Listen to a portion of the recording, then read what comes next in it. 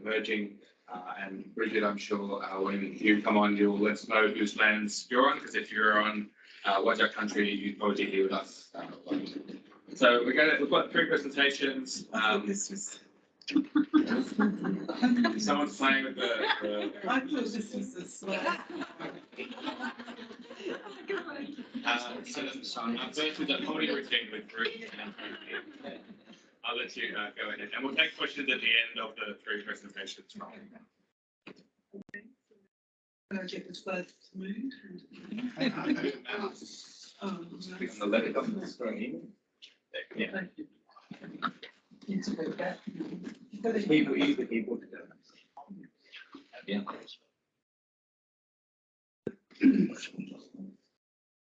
I was just trying to put the acknowledgement country slide on while I'm talking, but this is not the first time. All right, start again. Wait, none of that happened. So, welcome to the session.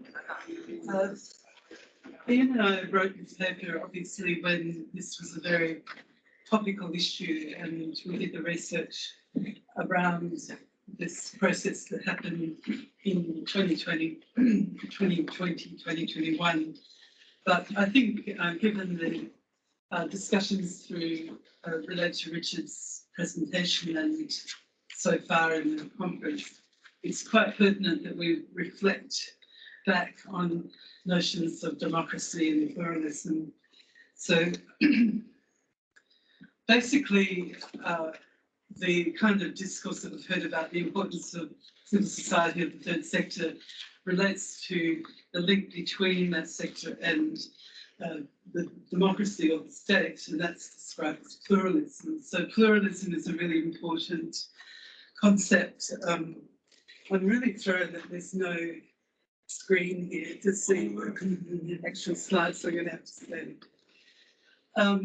And in most liberal and developing democracies, it's pluralism that really ensures that there are diverse voices in governance, that citizens actually have these opportunities to be heard and have influence, make demands, and contribute to the governance of their society.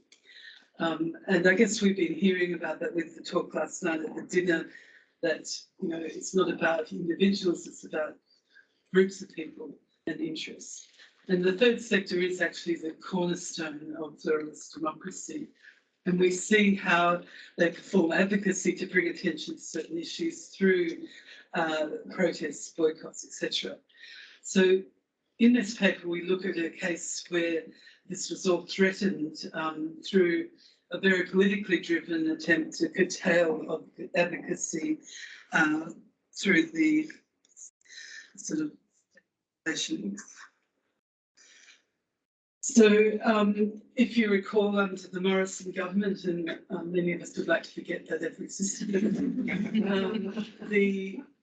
they had this really a concerted effort to curtail advocacy amongst the third sector organisations, or what they would call the charitable sector.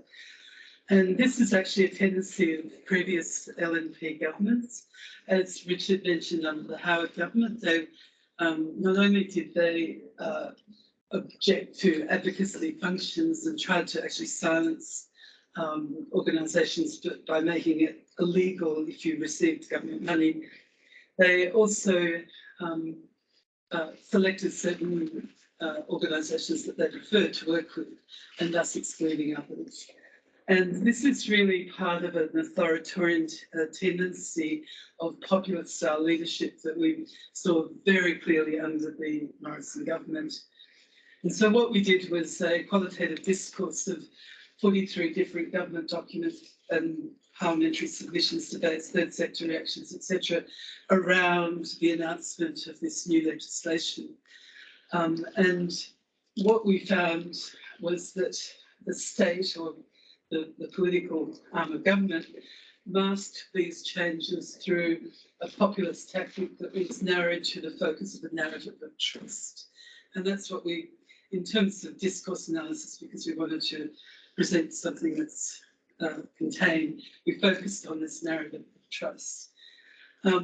And really, what we also found, and that becomes obvious when you analyse the discourses around this particular legislation, is that they were really seeking an untroubled policy process agenda. So, as Richard also made that point, that there's nothing constitutional about requiring politicians to listen to people. So what happens when you have Conservative governments is they want to reduce the role of the state, but they increase the power of the executive, so ministers. And that excludes pluralist debates because they interfere with that hold on power of decision making that's so central to that style of government. And it was also revealed quite clearly in opposition to the mission and causes which third sector organisations base their advocacy. So that it's highly political in that sense too. It's a sort of ideological process.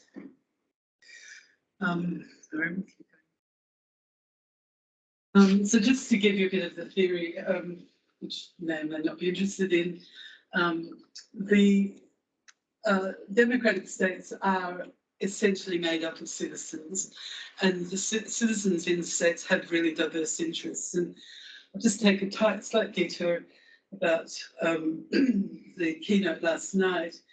And my problem with communitarianism is because it is not this type of understanding of democracy. When you have communitarianism, you tend to want everyone to comply with the communitarian values of a particular community, therefore people get excluded. This argument is that you have to accept diversity as part of citizenship, and that's critical to democracy. And it's a legitimacy through this sort of collectively binding decisions that includes diverse points of view, rather than coercive government under conditions of persistent diversity. It's another way of saying that you actually include that as part of the way you govern or governance. And for that to thrive, there must be an acceptance of pluralism by the political party in power. And I think this is a nice quote from Golson, who's written a long-time book on the relationship between pluralism and democracy. And he says populism is always anti-pluralist.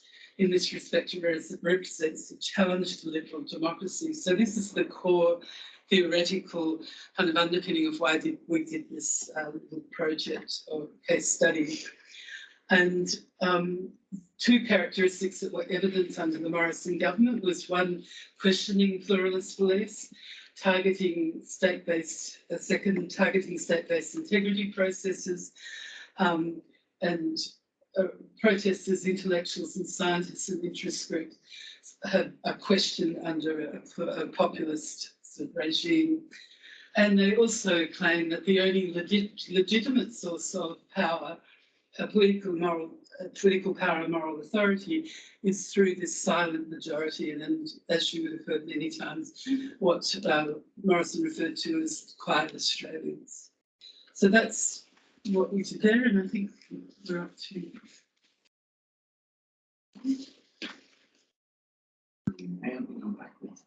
Oh, sorry. Where are we? So hard to see. Yeah. Sorry. Thanks, Ruth. And just time check on. There is just over 10 minutes. Excellent. Thank you. So we're focused on a measure that applied to charities, and I guess just to sort of flag from the start, charity regulations is part of the broader relationship between the state and the civil society sector, and really that relationship is embodied in a range of different institutions, and the bit we're looking at is just one bit of that broader range of institutions. So you can see trusts for on charitable purposes, legislation that defines what it is to be a charity or what a charitable purpose might be, concessions for charities, regulatory regimes that require registration, etc. And really, we can think about these different institutions as being aimed at either promoting or restricting engagement in the various activities that charities engage in. And there are some different mechanisms that can be used through these institutions. So one is facilitative, which is enabling an activity to happen. So we have trust law that enables you to create a charitable trust. We have corporations legislation that enables you to create a company limited by guarantee. It doesn't promote, doesn't give you sort of extra concession to do that, it just enables you to do it in the first place, or under authoritarian regimes might stop you from doing that. Even within Australia, we heard this morning about Tasmanian legislation aimed at civil disobedience activities. We had a High Court case based on New South Wales legislation, and media companies, using information that have been illegally obtained from trespass, etc. So, Australia is not immune to actually preventing you from carrying out a protest or advocacy activity in the first place.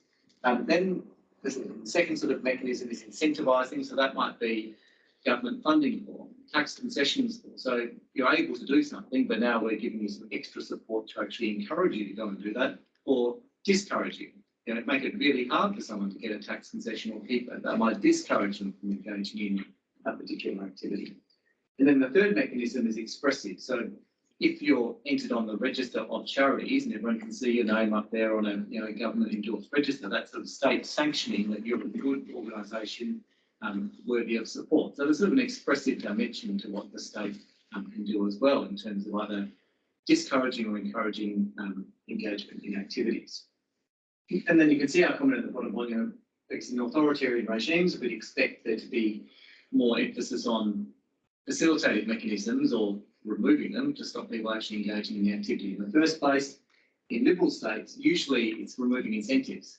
It's usually removing tax concessions is what government uses as the lever to try and stop charities and civil society organisations engaging in activities. So before we get to the particular issue we're going to look at, just setting the scene in Australia, you might not have gained this impression from the various presentations, but actually we're pretty liberal in terms of what you can do for political by way of political advocacy as a charity compared to US, Canada, New Zealand, UK. Actually pretty wide open in terms of the legal restrictions on political advocacy. So you can see in terms of facilitated and charitable trusts, incorporated bodies must have charitable purposes. Those can include political purposes. Some other places you cannot have a political purpose that's excluded from being a charitable purpose. A political purpose of wanting to change legislation, change government policy. You can have a purpose of wanting to change government policy or legislation in Australia and still be a charity. You can't have a purpose of being or supporting a political party. So like the Australian Greens, they're not a charity, but if your purpose is to protect the environment, that's okay. It could be a charity consistent with that. We don't have activity limits. So there's no rule saying that you can't engage in political advocacy activities as a charity. You're entirely entitled to do that. In terms of incentives, the income tax concessions that you get don't limit electioneering, lobbying or advocacy activities in ways that they might in North America, where there are actual restrictions on that. Here you can do as much as you want. Again, you can't be a political party or have a purpose of supporting a political party, but if you're pursuing electioneering, lobbying, etc., to pursue your charitable purpose, you're not going to lose your tax concessions for doing that. There are some restraints via direct government funding. Usually those are more implicit than explicit because we even have legislation that stops at the federal level the government from saying that if you engage in advocacy, you're going to lose your federal funding. But there are sort of implicit expectations that you're not going to bite the hand that feeds you to some extent that would probably have somewhat of a chilling effect. Then in terms of expressive, to get on the Charity Commission Public Register, you just have to be a charity because we've been through the facilitated requirements of being a charity and said, well, there aren't restrictions by and large on engaging in political advocacy, so you can still gain the benefit of expressive support from the state whilst engaging in political advocacy. There are some governance standards that apply to you by way of registration, and that's what we're going to have a look at as a proposed change to those governance standards that might start imposing some limits on political advocacy. But just to sort of set the scene that actually, it's pretty open in Australia to engage in it. So, no surprise, government doesn't always like what charities say by way of political advocacy, and particularly, if you're a right-wing government and you've got charities talking about the environment, animal rights and things, those might be the sort of things that you don't want to hear. And so we had a proposal under these regulations, which have since been disallowed, so I don't apply, but the proposal was that you couldn't be a registered, or to be a registered charity, you couldn't engage in conduct if it would be dealt with as a summary offence or minor offence, trespass, etc. That one, not so problematic, like you shouldn't break the law. The second bit of it was problematic. You had to maintain reasonable internal control procedures to ensure that your resources as a charity, including your funds, offices, employees, websites and social media accounts, are not used to actively promote another entity's acts or omissions that might be dealt with by way of an indictable offence. So if one of your volunteers whacks a placard in the lawn at Parliament House, they might be committing some sort of offence by doing that. And if you don't have reasonable control procedures in place to make sure that didn't happen, you were at risk of losing your charity registration status. So there's just a whole raft of pretty minor things that would constitute these summary offences that would put your charity registration and therefore all of your tax benefits at risk. And so the aim of this second bit of the regulations was really to chill any sort of civil disobedience activities that charities might want to engage in. You can sort of see, I don't have to, you have to be a lawyer to see that there's pretty broad and vague language that's used there, which means that there weren't sort of clear boundaries for charities about what they had to do to meet that test. Again, that might well work to sort of chill their activities in terms of political violence. So, well, just do it very quickly because we're running out of time. So this is just a content analysis of the documents that we've formed. These four thematic ways of analysing the discourse, and trust, as you can see, was the dominant narrative, if you like, from government MPs and senators and the government department, which in this case was the Treasury, and of course the media, the Murdoch media, supporting the government position. Yeah. What was the stated purpose of discourse analysis of why were these measures being introduced? No one came on and said we're trying to chill political advocacy. What was actually being purported as the purpose? I won't read through all the quotes, but you can see we've highlighted. Basically, the narrative was there are charities out there conducting unlawful civil disobedience activities, and we want to uphold public trust in charities. Therefore, we want to stop that happening. So the narrative was to maintain public trust in the charity sector. We need to stamp out any hint of unlawful activities by way of civil disobedience activities. You can sort of see public trust framing. Advocacy activities were automatically depicted as reducing public trust. The framing was always about them being unlawful, and there was probably a big question mark as to whether the activities actually were unlawful in the first place. The sort of, reference to illegal blockades, damage to property, theft of stock, there was an assumption that these things were illegal in the first place. Interestingly, the discourse analysis demonstrated that the government ministers and the departmental documents did not look at the freedom of political communication, a constitutionally implied freedom in Australia, didn't look at it, other than fairly dismissive statements to say, well, that doesn't protect you from breaking the law, which is true, but then there are a number of cases which say, well, the initial law might be might not be a valid law in the first place if it breaches this implied freedom. And so there sort of actually was quite a deep question that really needed looking at there, and was just completely avoided in all the government materials in favour of this trust framing. The second point, which sort of, I guess, undermined the legitimacy, the honesty, I guess, of the public trust framing, was there wasn't really much evidence of unlawful activity by charities. The ACNC Commissioner was asked and said, well, we've got 50-odd thousand charities registered. We've got evidence of 2 of them engaging in the sort of unlawful activities that you're talking about. So you wouldn't normally introduce a measure that's going to affect 50-odd thousand registered charities on the basis of activities of several of the charities.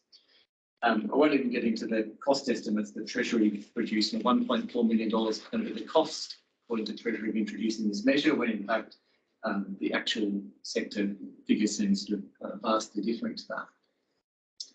So by way of conclusion, where we sort of got to was to say that this trust narrative was really meant to, put this sort of common sense view of public trustworthiness in the sector, and sort of put that on the one side against what the government perceived didn't like as the sort of, more leftist woke agenda of, animal rights, protect the environment, etc., by way of framing that as being some unlawful agenda and sort of dismissing it that way. And then, really, it was sort of a populist tactic in the sense of trying to create these feelings about that public trust approach without really looking at sort of the underlying evidence of whether there was a problem at all in the first place, what the costs of dealing with that problem might actually be. I know you've got strong thoughts as well on this. I guess the other thing that may not have been really clear with the proposal was that we have given the Commissioner of the ANZTSR enormous powers to determine which charities would be deregistered, therefore lose their charitable status based on a judgment through that legislation. And given that Gary Johnson are retired, fortunately, we can see that this was a very much a political alliance and very political in its intent. And I think there's a lot more that we explored. Obviously, very difficult to put it into this short presentation, but we're really interested in how that manipulation of this concept of trust was so used as a mask to the real intent, which was to go back to the Howard years, basically excluding the voices of charities from the public agenda. And so I'll just finish by saying it's disallowed. Yeah. It hasn't happened, but this was an attempt to take away tax concessions to imports behaviour, basically. So I'll stop there. Awesome. Thank you so much. Did you get up to the screen for minutes? That was a great follow-on from some of the discussions we've been hearing in the plenary and dinner last night. We're now going to hear from Bridget Radford, whose name is clear on the screen for us. And hopefully, Bridget, you'll be able to share your slides if you've got any, or we'll be able to see you at least. Yep, I'll pull that out. Can you see my slides? We can see your slides. You can't see you, but we can see your slides. Ah, okay, that doesn't matter. It might not Are be they in present mode now? Yes, Looks good. You can hear me? absolutely. Yeah. Okay, wonderful. Thanks, Mark.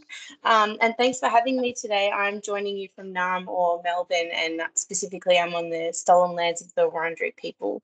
And I'd like to pay my respect to the traditional owners of the land. I'll be talking about my Masters of Public Health Research, and I was interested in community sector advocacy for progressive housing policy. And this is what I thought I would be researching. I thought that housing policy advocacy looked like this: protests, signs, lots of people moving the masses, that type of thing. But as it turns out, progressive housing policy advocacy actually looks more like this. And I'll delve into why as we go. So I don't think that I need to harp on too much about Australia's housing affordability crisis. I just want to point out that it is real. This is some of the latest data from Demographica's International Housing Affordability Ranking, which looks at 92 major housing markets across 8 nations. And what we can see is that Melbourne ranked 5th as the least affordable city, where house prices were 12 times the average household income. So Melbourne's and Australia's housing affordability crisis is real, and it is causing homelessness and affecting the most vulnerable members of our community. So we often, it's in the media all the time about house prices going up, about, maybe you know someone who's struggling to buy a house, maybe your rent has gone up, but really the people that are bearing the burden of our housing unaffordability crisis are low-income earners and marginalised and vulnerable people. So a couple of statistics that really highlight this is Anglocare's snapshot analysis. Each year, they conduct an analysis where they look at all the properties available for rent at a given point in time and then stratify them according to different income streams. So what we can see here on the first graph, that for a single person receiving a minimum wage, only 720 out of over 45,000 rental properties, or 1.6%, are affordable. That is costing less than 30% of their income. And when we look at a single person receiving a job seeker payment, there was only 7 properties in the entire of Australia of all nearly 46,000 properties that were available or affordable for that person, for those people. If we think about the social housing waitlist, this is in Victoria alone. If we were to gather all those people together that were on the social housing waitlist, they would not fit into Marvel Stadium. There are currently 55,097 people on the social housing waitlist. And we'll come back to why that might be in a tick. So when we look to the causes of housing unaffordability, it's very easy to look at this and go, well, the cause is simply that wages have not grown as much as house prices. But when we think about why and look into those reasons more deeply, we can see that it has not happened by accident, and it has not happened from a lack of government intervention. So housing affordability is directly linked to homelessness. What happens is that when houses become less affordable, people buy cheaper houses, those houses are taken off the rental market, and then the houses that are on the rental market, the properties that are on the rental market, they are constrained by lots of competition. And so this is where, again, it leads to the other end of the spectrum, which is homelessness. And our perceptions of homelessness have remained entrenched in personal agency, and this fits nicely within a neoliberal ideology in which our policy agendas are constructed. And it can be a nice kind of distraction for government to focus on those individual factors and lead us to neglect housing as a human right, and then in turn lead to inequitable policy responses. So I'll talk about one just briefly that you might have heard of. This was introduced in Victoria in January or February. Dan Andrews announced that there would be a 1.75 levy that was going to be applied to all dwellings, that all developments that had over 3 dwellings on them. And social housing advocates were really excited about this because it represented an ongoing funding stream that was very different from the one-off and in comparison to the demand, relatively small investments that had been attributed in the previous decades. But what happened was that there was apparently internally lots of consultation undertaken with all the different stakeholders from different sides. And then when it was publicly announced, one of those major vested interest groups pulled the plug and came out saying that this levy would be passed on to home buyers, and that house prices would actually increase. So it was then announced that not only would that the levy be off the table ahead of the state election, but it would never be considered again. And so the housing policies that we do have in place, such as capital gains, tax discount, negative gearing, first home buyer, generally benefit the richest 20% of the population and cost about $14.85 billion in foregone revenue annually. So our housing policy arena is definitely constructed to benefit the rich. And we resort to victim blaming and the dominant narrative that homelessness occurs due to individual factors. And what is often forgotten here is we confuse 2 completely separate questions. So one question is, why does homelessness exist as a social problem? And the other question is, who is most victim to becoming homeless? So this is where progressive housing policy advocacy comes in. And there are a few key reasons as to why it's important. The first is to reorient perceptions towards structural causes. The next is to be a voice for marginalised people. So often low-income earners, people that are homeless, do not get a seat at the policy-making table. So housing policy advocates play an important role representing them. And opposing profit-driven vested interest groups. So the Property Council of Australia is a major body that represents property developers and builders. They had an annual income in 2022 financial year of $32.5 million, and they were able to spend $6.9 million on advocacy, on policy advocacy. And so Danny Hunter, who is the state or the former state executive director of the Property Council, was accused by Dan Andrews of abandoning their agreement, and what led to basically the shunning of that developer's levy. So it just goes to show the strength of the voices at play within the housing policy making arena. Another reason for progressive housing policy is for the translation of evidence into equitable housing policy outcomes. And so the funds, the solutions exist, but it's a matter of being able to take that evidence and integrate it into housing policy. So my research questions were, what are key community sector advocates' perceptions on systemic advocacy for the elimination of homelessness? What strategies and tactics do actors perceive to be effective for influencing housing policy to eliminate homelessness? And what do key actors perceive are barriers to advocating for and implementing progressive housing policy? So I undertook 5 in-depth qualitative interviews that were meant to be semi-structured, but as I was fortunate enough to interview people who were so knowledgeable and passionate, they just tended to speak, and I listened the whole time rather than really having to ask many questions. And the people that I interviewed were predominantly CEOs or senior policy advocacy advisors within organisations or network coordinators or peak bodies within Victoria. After conducting the interviews, I thematically coded the transcripts and grouped my findings into 4 key themes. So I'll start by talking about the strategies that advocates relied on. The first was cultivating relationships with government. And so my interviewees told me that it wasn't always about being on the same page, and that in order to be able to appear as legitimate and to be able to say what you need to say, you still have to cultivate that relationship with government. And one example was that after the GFC, the global financial crisis, because of a relationship that was built up over many years involving a community sector advocate taking a housing minister to see rooming houses, there was funding that became available in the wake of the GFC. And the housing minister rang this community sector advocate and said, right, how much can you spend on rooming houses? So cultivating relationships with the government was a strategy that all advocates alluded to. And they opted for having this cooperative approach. And so this is where this quote comes from, that the role of a peak body is, I call it, walking carefully along the top of a fence laced with broken glass and barbed wire, because you're funded by government.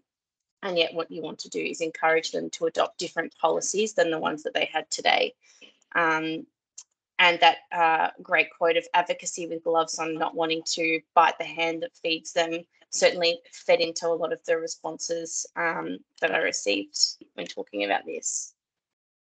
The next strategy that advocates used was to make sure that they all were saying the same thing. And so not only on one side of the policy making table, but to try and form alliances on the other side of the policy making table as well. So those who might have interests that are opposite to progressive housing policy advocates. So forming agreements, which may have meant that perhaps a policy submission might have encompassed a bit less social housing than what they would have liked, but if they were able to present something where they could agree, then that made it easier for government to, I guess, adopt policies. And so singing from the same songbook. And so what this respondent was saying, that if government gets different messages from all sides of the policy making table, then they just go, you said this, you said that. And so it makes it very easy to do nothing. If I turn now to some of the barriers, the overarching barrier that all advocates alluded to was trying to operate within the neoliberal policy arena. So this idea that encouraging government to adopt policies that didn't fit within neoliberalism felt almost impossible.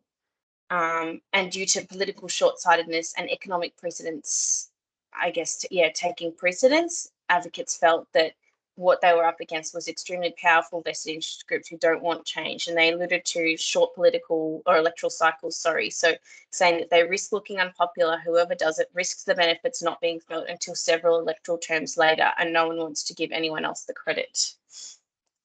The other barrier that was dominant within my conversations was individualistic perceptions of homelessness. And so one network coordinator cited the data of a survey that was conducted of all Victorians. They found that Victorians were sympathetic to homelessness, but that they thought the solution was blankets, soup vans, and this kind of thing, and they weren't able to see the connection between the larger kind of structural determinants of homelessness. And so I really like this quote, which is, I have this strong belief built up over the years that Australia is not very good at understanding and acknowledging class. So we have people who think that everything is like it is for them in decision-making positions, who have no concept of what it's like being on the wrong end of, well, life and growing up in a completely different situation.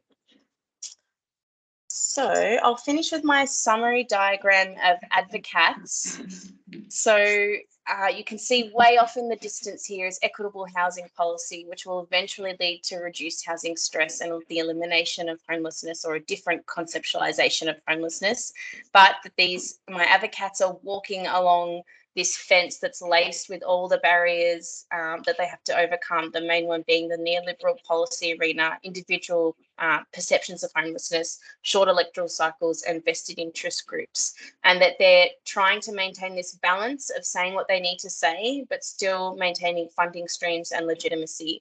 And so some of the strategies that can enable them to maintain that balance and have some say in progressive policymaking implementation is forming relationships with policymakers and forming coalitions, increasing community pressures, forming these unlikely partnerships, and sending consistent messages. So I'll finish there, and I'd like to thank all the advocates who took part in my interviews and were so generous with their thoughts and time, and also my supervisor, Dr. Stephen Fisher at ACU. Thank you.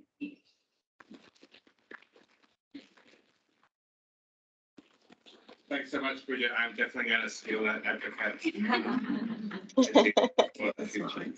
I'm not sure.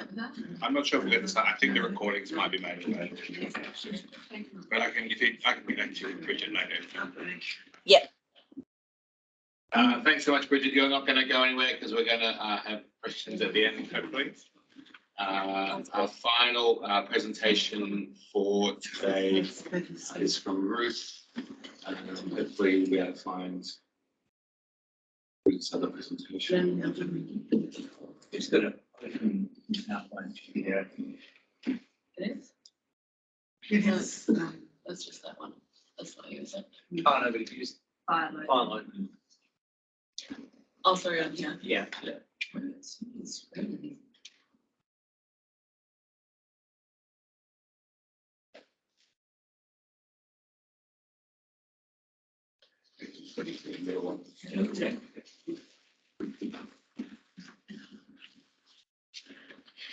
And I'm going to look at the slides in front of me.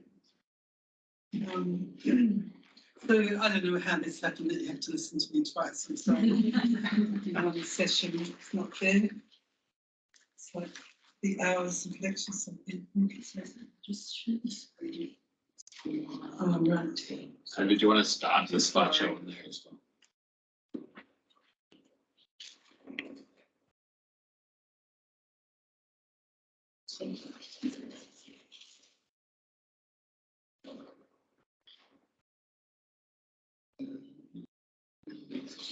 So what would you? Windows.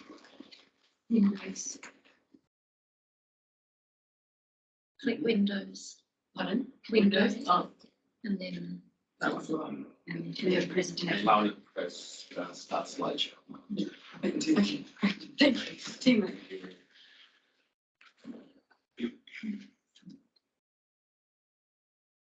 Should be a few runs along where it says slideshow. Okay. So this is a little bit thematic in terms of, it is again about Morrison government, and in fact it's much more about Scott Morrison than the last one. So, sorry. So again, this is about pluralist democracy, and really in relation to, again, a very specific instance where women's voices were curtailed by the reaction from particularly Scott Morrison in this case. And I guess I wrote this in an international context, so I'm going to draw on a much wider perspective than in our last presentation. And the focus is on his discourse about women and his political response and inaction to women's voices, and the links between populist conservatism and how the rights of women and the social movement were curtailed through that discourse, or attempted to be curtailed, I should say. So I did, again, a media analysis of the three issues, of his discourse, but during the time, when the government lost, media analysis showed that there were three issues that emerged as priorities in the Australian electorate. And one was their ineffectual and slow response to climate change, second, lack of integrity, but the third was clearly a failure to support women's rights and advocacy.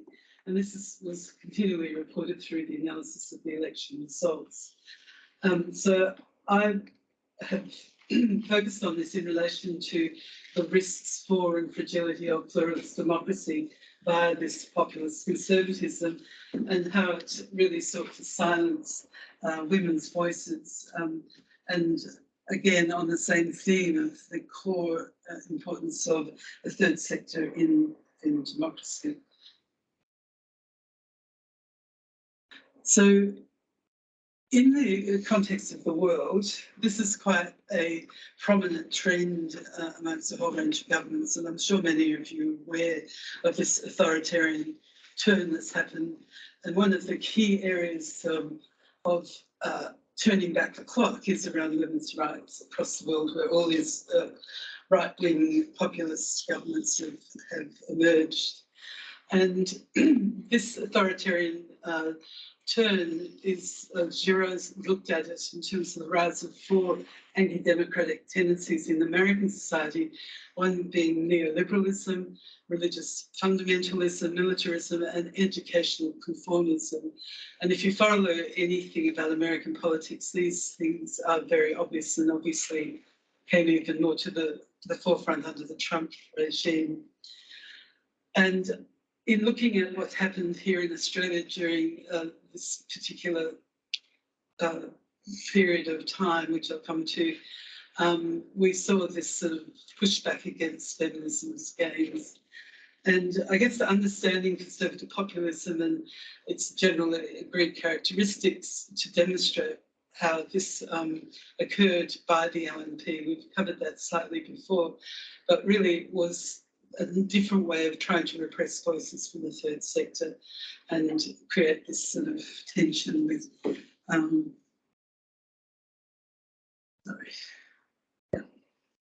So the women's movement really came back on the public agenda in relation in 2020 about the sexual harassment and domestic violence and sexual assault. And what I did in this study was explore the links between this populist conservatism and how the rights of women were curtailed in this sort of social movement action that they took. So this, have I just been through the thing? It might have gone back. Right. Which way is So just in case you haven't got the message, the questioning of pluralist beliefs and the targeting of suspect, blah, blah, blah. So I covered these in the last one a bit, but the other key thing about Morrison was how he constructed his image, his leadership image in a traditional patriarchal family man image, and used his family responses to concerns raised by women in the instances that I focus on in this paper. And it's hardly evident throughout that he had an incredibly difficult time understanding that women actually had any role in the public sphere, that their role was clearly in around the kitchen table, the significance of their contribution. And these were the broader things that were characteristic of his government at the time, which we're probably all familiar with.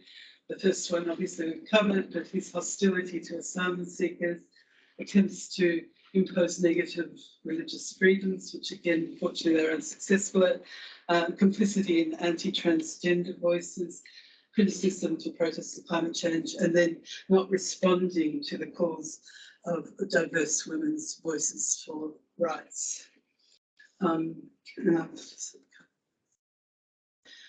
So globally, because of the trend in many governments like Brazil, Russia, Poland, Hungary, the Philippines and the USA, in fact, these things, even though in Australia we've had a change of government, fortunately, away from this trend, in places like Hungary, we've just seen them introduce another element of restricting abortions by fetal heartbeat, which is a highly controversial and, from a medical point of view, not real measure, because you can't actually hear the fetal heartbeat when it's tiny.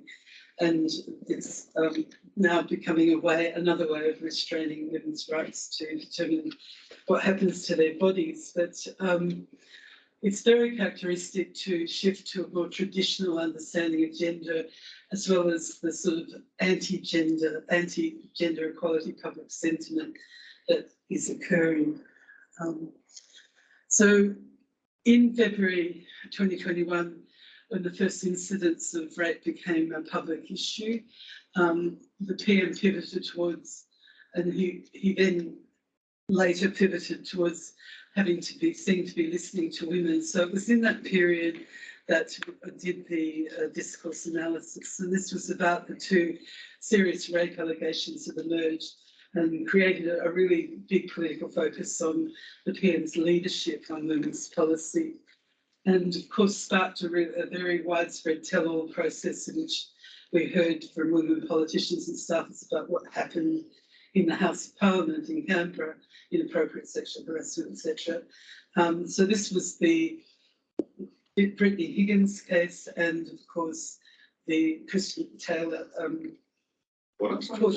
Christian Porter historical case where the woman, the then young woman victim, had committed suicide, and the whole sort of allegations came out into the open. And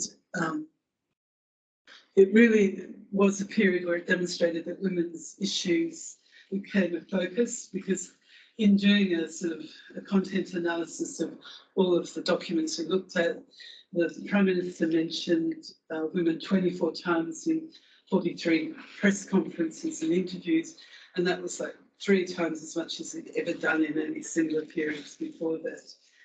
And of course, his self-marketing added to this patriarchal persona and hyper-masculine public bloke image that he was trying to create. And then there was this private sphere daggy dad images that you could see through social mainstream media, and that really aligns with this conservative populism.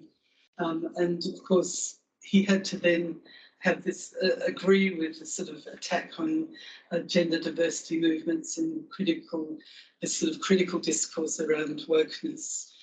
And they really refused to respond to the early allegations.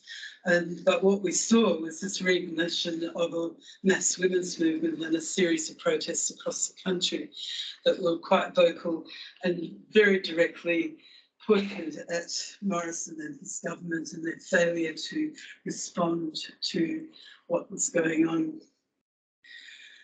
And this was their set of demands as a protest movement. They wanted full independent investigations and full accountability. The recommendations that had come out of the Human Rights Commission Respect at Work, which was about sexual harassment, they wanted to see something happen because they'd been sitting on the Attorney General's desk for 12 months at this stage, and to lift public funding against gendered violence to a level of world's best practice. And the enactment of the Gender Equality Act had also stalled in this period. So there were very clear demands, and I guess what emerged was this very difficult problem that Morrison had actually understanding what was going on around him from the voices of women.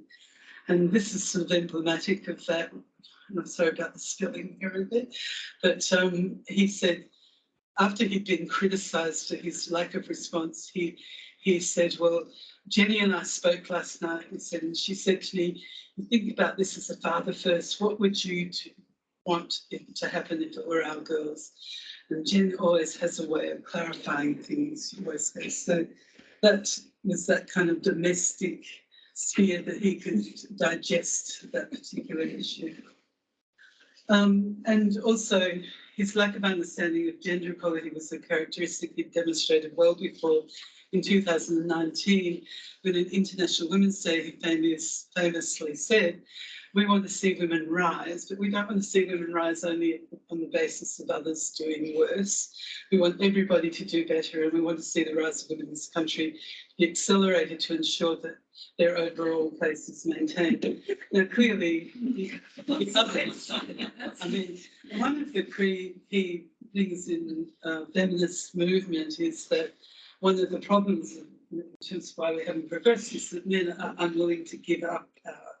And you can't create equality unless someone gives up power. There's not enough room for them to continue and not do worse in terms of their position of power.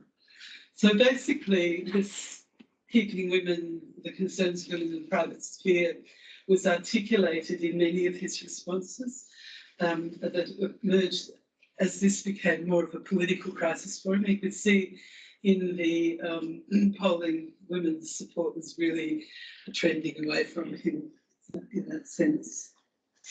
Wonder why.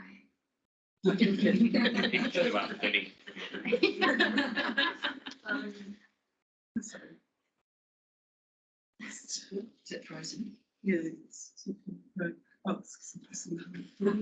so just to conclude, I mean, obviously, I could have shown you all of the data and the detailed discourse analysis that showed in the Parliament when he responded to these, they pushed back against doing anything by saying, oh, it's a legal issue, or the police are taking care of it.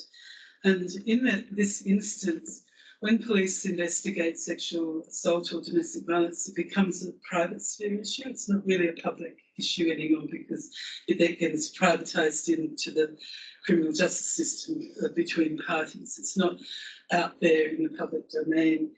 And I think there were many instances of his use of language that continually diminished women's public voice. And if you remember when there was the protests outside the Parliament House, none of the ministers of the government went out and joined them. There was only Bridget, Mackenzie from Tasmania was the only LNP member of the entire Parliament who went and listened to the protests. From memory, he said something like, I'm a very busy man. Yeah, right. And he was just inside. Yeah. So I guess it's what's of interest in this is the contextualisation of this global backlash against women's rights through the rise of populist conservatism and the fact that women's movements have re-emerged to protest for rights that we thought we'd won decades before. It's that really regressive context. Unfortunately, with the change of government, we've seen a shift back to having a kind of conservative status of women in lots of spheres. So I guess what was important that women were pushing back against misogyny as the sort of traditional hold on power. And it's interesting what Deborah raised this morning about the deep-seated misogyny, the distribution of resources in aid, for example. And I think that it's a really important thing for the third sector to continually raise these issues as political issues. And I agree with Richard that there is no absence of politics in any of this. It's always there. It's always really important. So, thank you. I was thinking at the end, Ruth, that we saw the pushback politically with the teal independence, so that didn't much as well. So we've got about 15 minutes left, sorry, a bit less than 15 minutes, about 12 minutes left. This session does go straight into the next one, so we're going to have to be a bit ruthless about time if people are wanting the lecturing and making lots of things. Richard, are you there with your, if you stick your camera, it'd be great so we can see you. If we have any questions, we had 3 great presentations about struggles for power, really, in various different spheres, whether it's between the government and a sector, between a prime minister and half the population, or for housing security and affordability. So, that's Bridget. Yeah. She only pops up down there. You have to click stop sharing. Stop sharing. I'm sure you can go on down. It's on the other. Do you think it's I suspect her Maybe camera it's is one of covered. Is there a It looks second like page her in there? camera's on. Yeah, I was thinking of a her second camera's on, but she's covered.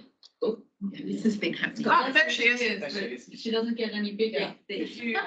We found in the last room Yeah, the same measure. that you have to do something like there's an actual thing stopping cameras. Well, you don't It's really want probably your the head best to you be can do. 50 times bigger than it actually is, Bridget. We can see you.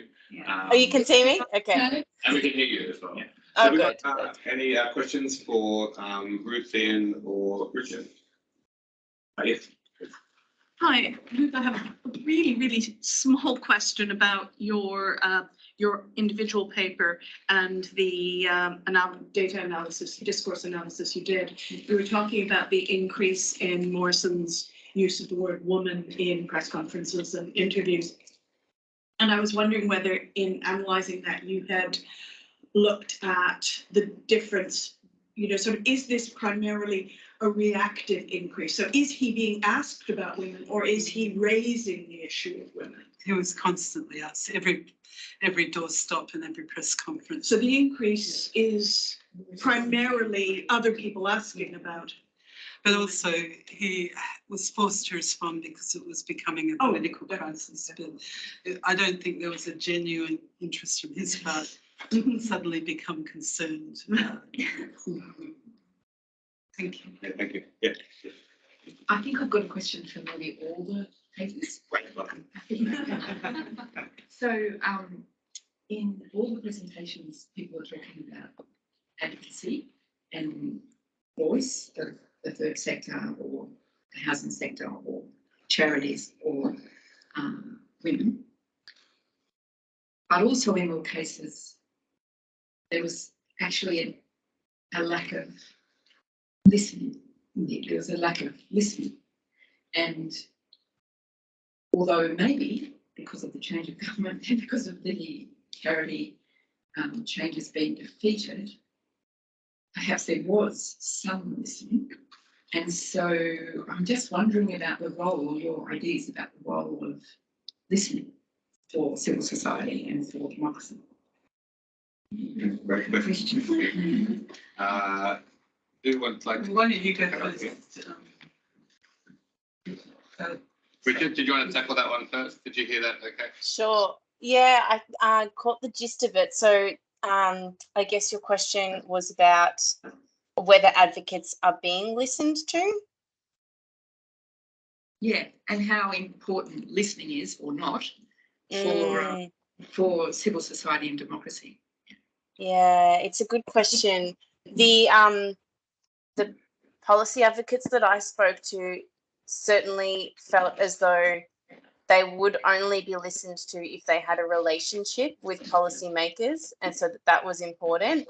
And they felt that they could talk about data to the community, to policymakers, to that kind of thing. But one thing that they highlighted was they find that when they really get listened to is when they can when people with lived experience of homelessness are able to share their stories and their perspectives. That is something that can help the community and policymakers listen. But the struggle there is that then there can be a tendency to revert back to that individualized level kind of thinking when individuals share their stories. So yeah, I certainly got the sense that they were producing all this data and trying to engage, but not often feeling as though they were being actually listened to. And I guess in relation to the study that Ian and I did, we didn't talk about what was happening outside of the limited documents, but there was a lot of advocacy. I mean, I'm obviously on the radio, but we had people like Costello, not Peter, Tim Costello was often cited and on the radio talking about his time in the Soviet Union, or Russia, and how it had, the suppression of democracy was integral to the authoritarian state. So this continuum that we represent theoretically and what happened was very much countered by a voice that I'm sure influenced people, and particularly in the Senate, because that's where it was disallowed. It had to get support through the Senate. And the current Assistant Treasurer, Andrew Lee, was very vocal in the Parliament and got quite a lot of media coverage. So, and lots of third sector organisations were speaking against it. So I think, yes, that did influence the decision of disallowing it. And in relation to women, I think that the evidence of the election shows that women's movement really making it a public issue influenced women's thinking about the attitude of Morrison towards women, and they voted against him for that. I do think you're absolutely right. And one of the problems with getting effective pluralism, of course, is opening up spaces where those diverse voices can be heard and listened. And this, yeah. Conglomerate that we have is quite. Yes, we are really up against it with the dominance into media, and it's extraordinary that that election came out the way it did, given how much they invested in the negative and what we're seeing in Victoria at the moment against Ben Andrews. Yes, and maybe the only thing down to Ruth's comment is, you can't necessarily rely on voting in a democracy to give you people who are going to represent the full range of interests out there. And so there is a role for the sector plus others to represent those other, whether it's the natural environment, which doesn't obviously have a voice of its own, or, more disadvantaged people who are not going to be able to represent their interests in the same way. So the sector has got a role to convey that, so that then the elected representatives can hear that. Thanks. Good, great question. We've got one more question over here. It might be all we have time for. We'll see how we can. Thank you. Actually, my question is for Ian and Ruth, and it kind of taps into the idea of pluralism. I think there's a bit of a missing conceptual piece here, where basically you jump from populism, populist tactics, and pluralism, what plural democracy should do, but you speak very little about what plural charities in that particular context should be doing and they're hampered to do. And I guess this ties in very nicely with trust. So this is my question, basically, what do you think they should be ideally doing? And I think based on what you have done is that, because it's not just a representative of interests, it's not a communicative actor, it's not one that voices these interests, it's actually one that provides for these. That's where it becomes a bit threatening. So I was wondering if you've had some thoughts around what is the ideal, how far are these charities operating to realise that, and what kind of threat does that pose to a neoliberal government? Very briefly, because liberal democracies particularly conceive of pluralism in terms of indifference. We shouldn't be stepping in, it should be self-organising. So to open up some bigger, you're obviously getting to the dark side of charities as well, because you can use charity non-profit forms to represent powerful interests, which might stop change happening as well. So we haven't attempted to cover any of that in the paper. I should know, but really, the focus of the paper was just looking at, what was the unstated rationale behind these changes, and what was really going on there. But I think you're right. There's a bigger question about role the sector has to play in a liberal democracy, representing a plural range of interests, and what are the appropriate boundaries? Because we want the state to step in and stop some sorts of activities going on. We don't want sort of violent protests. So yes, the state's got a role to play there. I suppose probably the thrust of the paper is that we're probably more open to allowing a wide range of different political advocacy and protest activities on the part of charities. It was probably started off being suspicious of government stepping in to take away tax incentives and the like when charities say things that they don't particularly like hearing. But yeah, I don't know. I'll probably got more to say on this. I think it's a really important question, but I think, as Ian pointed out, the current regulations do allow charities tax. So many, and I guess the message we've heard through the keynote and from Richard, the keynote last night and today, is that they should do more. They should be louder and do more advocacy and not be contained by the fact that the dependency on government funding for service delivery. And I guess it's about separating the purposes of your organisation and pursuing your mission from an advocacy point of view, as well as a service delivery point of view. And usually if you're in service delivery, your advocacy is within the bounds of the interests of those people you're serving. But when it comes to environmental NGOs, for example, and we've seen sort of extreme actions lately, in a way, someone has to lead the vanguard and do quite radical action. It doesn't have to be overthrow the state. That's revolutionary, but rather getting people's attention to what the problem is. And I think that that's where that kind of advocacy has been curtailed by these threats like changing the legislation, or under the Howard government, they literally wanted to attach doing advocacy as a disallowment to getting government funding, and they failed to do that, but that was their intent. So it's very consistent with the ideology of executive power being left in the hands of being able to pursue what you believe in as a government, rather than the sharing the diverse interests of a pluralist society.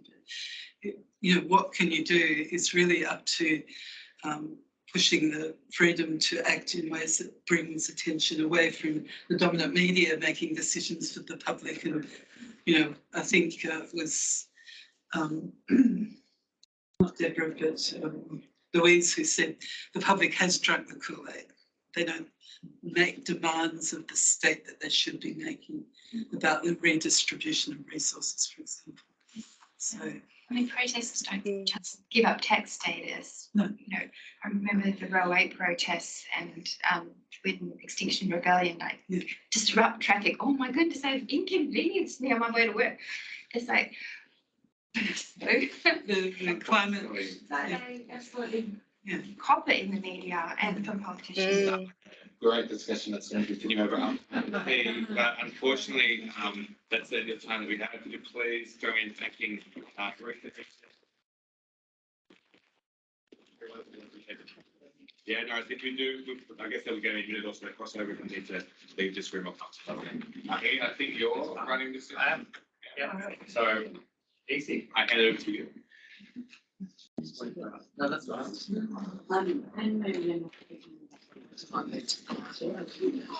Thank you, Bridget. Yes. That wasn't too weird. Thank you. No, I hope that my whole face wasn't taking up that entire screen. Looking at it. Thanks, Mark. Thank you.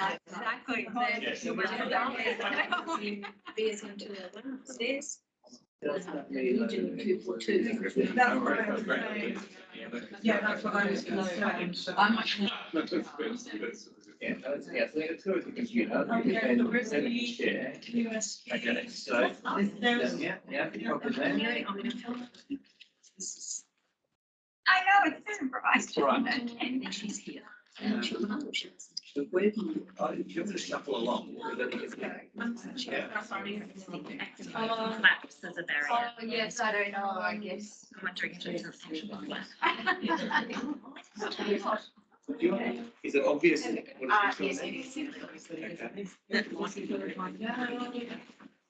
Yes, Yes.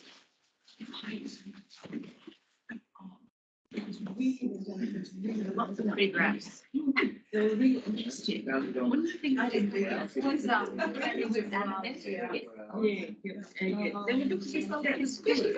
for one of the things I actually might have emailed it because they talk about Oh, right. And I'm so like, the other thing that's come out is. What I can do, Theoretical approaches to theoretical. Yeah. Just funny. And I mean, this is kind of. Maybe if you're a brief Private version for you. Because like, it's not like there's 20 to choose from, but you're still going, oh, I could be in a couple of I'm sure you can. We have to go to a presentation. Essentially. Yeah, she was very confused. I could do so much better. I think it's a corporate and employee occupational standards. So actually it's interesting. Yeah, she's trying to break down. Yeah. So she's kind of. Oh, she. Yeah. No, she's from Austria. Yeah, so it's an She said, this is what I thought she's. Yeah, so it's just.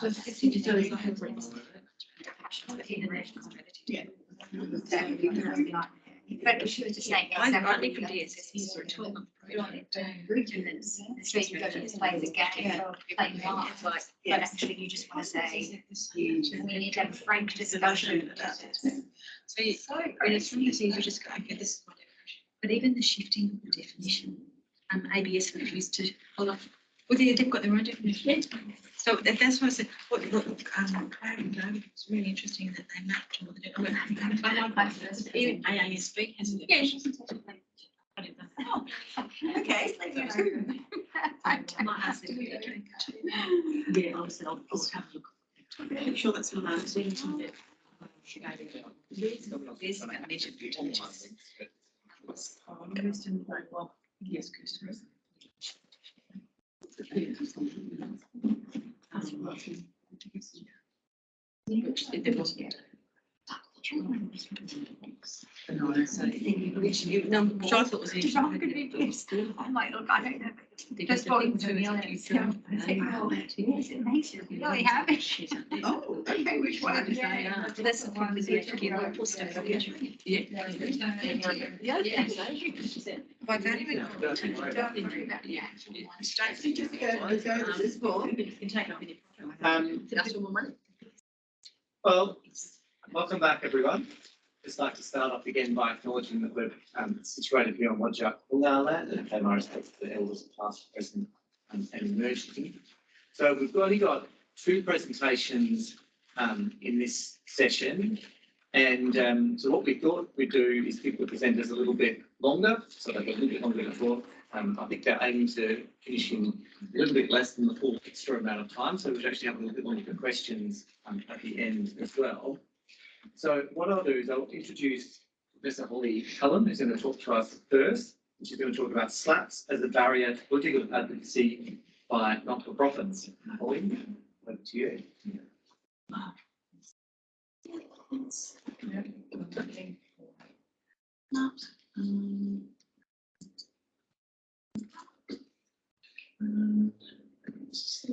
Show from the beginning, and it's colourful. I'm going to try and see whether I've got this. Can that be sharing this in case Bridget's still? Is that right? Just sort of online. Is it not sharing? Yeah, I can see the slides. Yeah, okay. Okay, perfect. Sorry. No, that's good. So just, so what I'm talking about today is, I think, a flow on from Ruth and Ian's paper in the last session. They were talking about how state regulatory action can restrict not-for-profits from engaging in political advocacy. What I'm looking at is how private actors can use litigation to stop or deter political action by not-for-profits and others, but certainly by not-for-profits. This one. Here is the Okay, great.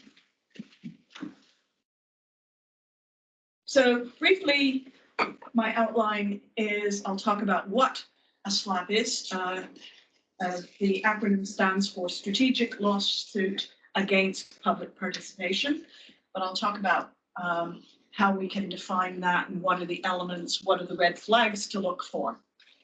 Then a little bit about how SLAPs inhibit political action. Then I'm going to look at anti-SLAP laws and their impact in the jurisdictions where they already exist. Look at some recent developments as more jurisdictions think, actually, we need to regulate this. And then what should Australia do? The interesting thing is if you read some international NGO, civil society reports about SLAPs and regulating SLAPs, Australia is listed as a place where there's anti-SLAP legislation. But as I'll come to at the end of the paper, that's quite misleading, and we actually have a lot of work to do if we think this is a real problem we want to deal with as a SLAP.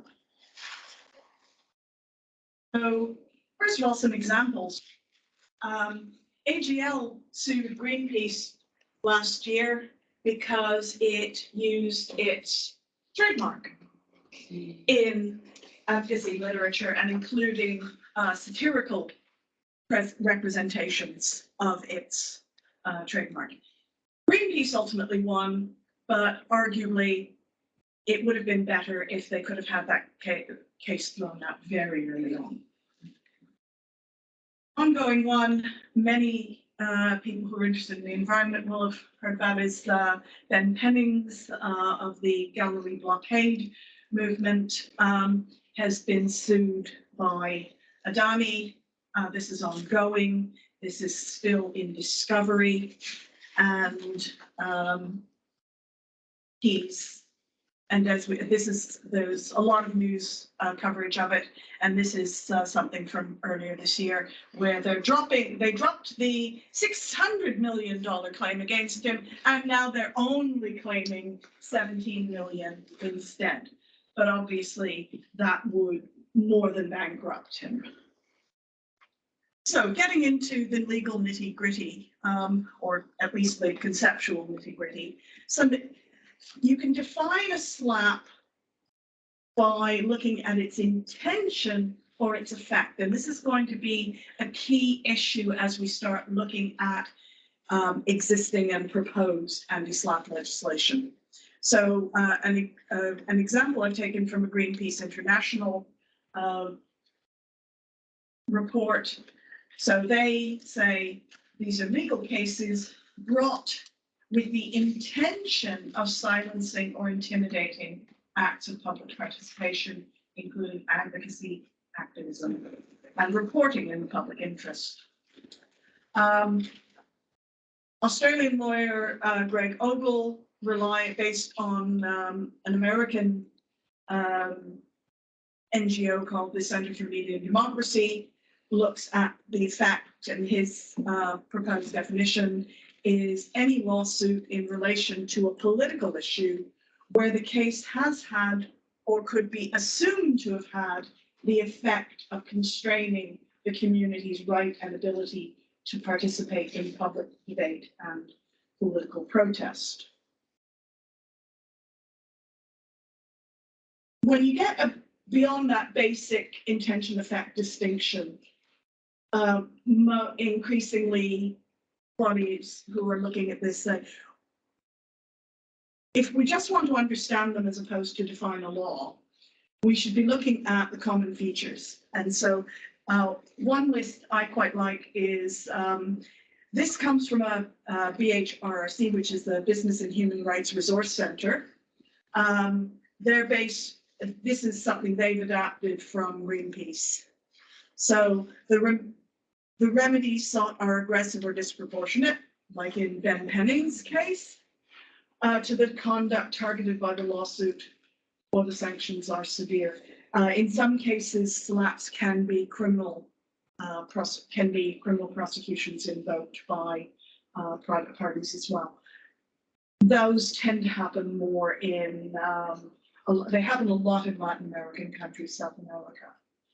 The plaintiff is engaged in procedural maneuvers that appeared to drag out the case. Plaintiff appears to be exploiting its economic advantage to put pressure on the defendant. The lawsuit targets individuals as well as the organizations for whom they work. In a recent British report, I'll talk about a little bit later, they found that increasingly these lawsuits or pre-litigation pressure is being directed against individual journalists rather than the news organizations, more vulnerable, fewer resources. The arguments relied on are factually or legally baseless. The plaintiff uses the litigation process to harass third-party critics as well. So potential witnesses for the defense are also harassed through the discovery process. The lawsuit appears to be part of a wider public relations offense designed to retaliate against, bully, or intimidate critics. And the corporate plaintiff has a good red flag as if they've done this before. So those are some of the ways we can understand SLAPs. So before we look at the law, I'd like to talk for a few minutes about how SLAPs inhibit in political action. In other words, why should we care? So the kind of impact they have is,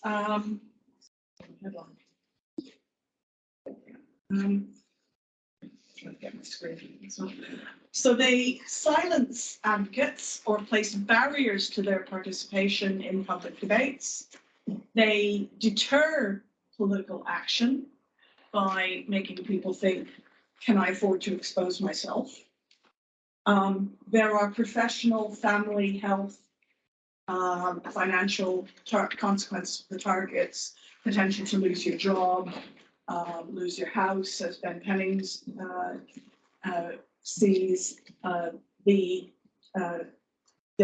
alleged that people working for Adani have surveilled his children, and health targets, health consequences. So the targets can be third sector organizations like Greenpeace. One Canadian case that went all the Supreme Court, all the way to the Supreme Court, was a quite small community group that was just trying to prevent aggressive development in their local area. Journalists, lawyers, government bodies, law enforcement agencies, and individuals. In the UK, one of the reasons why the government, even a Conservative government, is actually saying we're going to legislate on this is because SLAPs are being used against the civil service, the parliamentary clerks, to stop them getting information for Parliament to do its work. So it's gotten so out of hand there that even a Conservative government is saying, yeah, we got to do something about this. And as I said, this can be, pre-litigation impacts are important as well. So what journalists are reporting is, oh, we prepared this big investigative report. We're just at the stage where ethically we have to put our allegations to the subject of the reporting. And when we do that, we all of a sudden get lawyers' letters threatening us with legal action if we publish. So here are a couple of quotes from an article in The Guardian a few months ago by a refugee activist, Shane Batsey, who was sued for defamation by Peter Dutton. And he's been very open about the personal consequences for him, a lot of very aggressive harassment and serious mental health impacts. I'm putting these out there because these are things that he has published, but obviously this is very personal and private material. So I now want to move on to actual anti-SLAPP laws. Most of them are in North America, most of the ones that exist now. The first one, I think, was 1989 in Washington State, and it was actually an aspect of whistleblower protection legislation. Probably the best known is the California Civil Procedure Section 425.16. It's quite frequently used. There's again another community group opposing development recently won a case using this. So, and the California law takes the effect rather than intention approach. So you don't have to prove that the plaintiff intended to inhibit the defendant's participation in public debate. It covers both speech and conduct, so it would include, it could potentially include things like barricades, trespass, that kind of thing, if it is for public, if it is protected expression. So basically, in the US context, they have to demonstrate that it's covered by the First Amendment, freedom of expression. Once they've done that, then the burden shifts to the plaintiff to demonstrate that their case at least has minimal merit. So they have to show that that they have some potential for actually winning. If the defendant succeeds in this motion, the action can be struck out at this stage, and they can recover their attorney's fees plus costs. So it's quite a generous costs settlement. I mean, no costs order ever fully covers what you spend, but this comes a lot closer than a standard costs order would. So this is probably the law that most people look at, and there's a lot of case law on it as well. It's stood the test of time. In Canada, there are 3 provinces that have these laws. Quebec was the first, then Ontario, then British Columbia. Ontario's is the strongest. Again, no requirement to prove intention. The focus is instead on whether the defendant's expression was on a matter of public interest. Again, and if this is proved, so then the claimant has to prove that not that their case has minimal merit, but that it has substantial merit, so a higher threshold, that the defendant has no valid defense, and that the likely harm to them, the claimant, outweighs the defendant's public interest in free expression. And so similar to California, the burden of proof shifts once the defendant proves they were engaging in public participation. And again, you can have the case thrown out early and payment of costs on an indemnity basis, which again is the higher, more compensatory costs. In 2020, the Supreme Court of Canada upheld the law as constitutional because, of course, inevitably somebody's going to argue that's contrary to constitutionally protected freedom of expression. But this case, numbered companies, I remember that from Canadian corporate law. So you have your numbered company, which is the developer, against the Points Protection Association, which is the community group. And they were opposing a property developer. They were sued, and they lost at the first instance, won in appeal, and the Supreme Court of Canada affirmed the appeal. And now there's another case on the Ontario law that was decided on the same day. And basically the points protection case is the case that establishes the tests and the interpretation of the law. The second case, they applied that test and found for the claimant rather than the defendant. But that was an individual claimant, and my sense from a not yet comprehensive reading of the Canadian case law is that the courts are more reluctant to throw out a case against brought by an individual rather than a corporation. Some of the concerns, though, are that they're not being processed as quickly as they should. The law says it's supposed to happen in 2 months after the application. That's not been happening, but about half of applications are successful, which I think is probably pretty good. So up to now, it's mostly been the North America where anti-SLAPP laws have been. But this year, as I mentioned earlier, the UK has decided that after putting out a call for evidence in March, in July, the government response was that, yes, we're going to legislate on this. This is a serious problem.